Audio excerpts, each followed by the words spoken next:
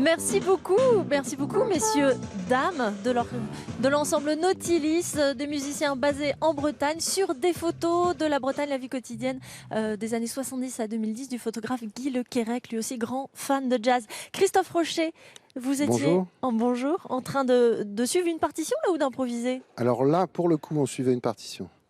Voilà, disons qu'on adore improviser, c'est vraiment notre champ d'expression. Mais pour ça, parfois, enfin là pour le coup aussi, pour être en raccord avec les images qui défilent, il y a des moments écrits. Donc là, c'était le cas. Alors vous avez composé en vous appuyant sur les photos, ou c'est les photos qui vous inspirent? Comment vous avez travaillé sur cette œuvre de Guy Le Quérec? En fait, on a cherché, enfin j'ai cherché, parce que c'est moi qui ai écrit la musique et proposé donc la façon dont ça défile, mais après avoir longtemps travaillé avec Guy sur essayer de retranscrire son propre regard sur les photos dans des idées musicales et des rythmes, et pour proposer à, je ne sais pas combien, il y aura peut-être 700 personnes ce soir, de regarder ces photos ensemble. Donc je crois que la musique, elle a pour fonction là de mettre dans une certaine forme d'énergie et dans un rythme pour les regarder et de guider le regard. Et vous regardez vraiment ensemble, parce que vous tournez le dos, on le voit aux spectateurs, pour vraiment suivre la musique. C'est presque de c'est de l'instantané, les photos. Vous jouez dans la durée. Comment ça répond? Ça se répond. C'est-à-dire entre les photos et la musique? Oui. Eh bien, il y a quelques moments de repère. Il y a aussi des moments où les choses prennent leur liberté. C'est-à-dire que Le Quérec, c'est quand même un photographe de l'instant qui fixe un moment, mais on peut deviner ce qui se passe juste avant et juste après. C'est ça qui est formidable avec ces photos. Et donc, nous, on se refait le film à chaque fois et on le réinvente. Donc, voilà. Et vous racontez l'histoire. Merci beaucoup, Christophe Rocher. Alors, il y a évidemment dans votre formation Nautilis des instruments qu'on attend de manière classique, si je puis dire, en jazz. Et puis, il y a aussi un instrument électronique avec vous, Vincent Rode. C'est-à-dire que c'est quoi votre instrument à vous? En fait, ça revient un peu à ramener un genre de mini-studio sur scène et qui me permet du coup de créer des outils pour intégrer de nouveaux timbres dans le groupe. Et qui tient dans un ordinateur? Exactement, oui. Alors par exemple, parce que là on avait du mal à distinguer forcément votre partition, si vous nous lancez un son, si je puis dire. Donc par exemple ici on peut entendre la partie de basse que je peux jouer plus ou moins, avec plus ou moins de notes, plus ou moins de filtres, changeant les notes, y ajouter de la batterie.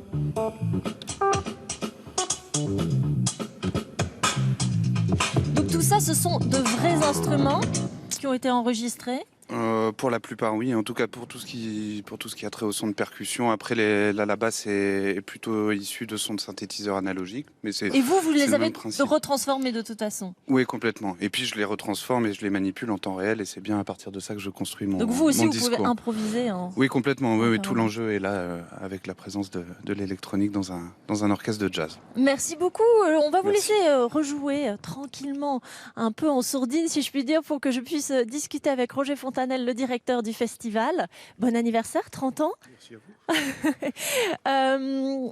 Comment on voit là un photoconcert?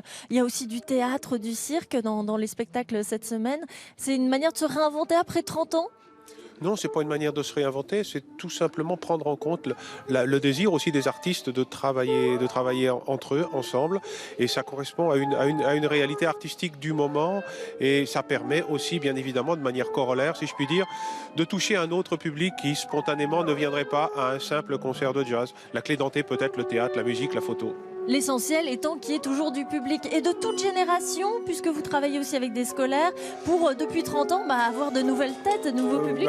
Oui, toute génération bien évidemment. 30 ans, c'est 30 ans de travail, donc la reconnaissance du public, la fréquentation assez importante des concerts et bien évidemment notre travail en direction de la jeune génération, des scolaires, pour les sensibiliser à cette esthétique, je dirais même à ces esthétiques, car le jazz n'est pas unique, les jazz sont multiples. Oui, on voit bien dans la programmation, de midi à minuit, il y a vraiment toutes sortes de jazz.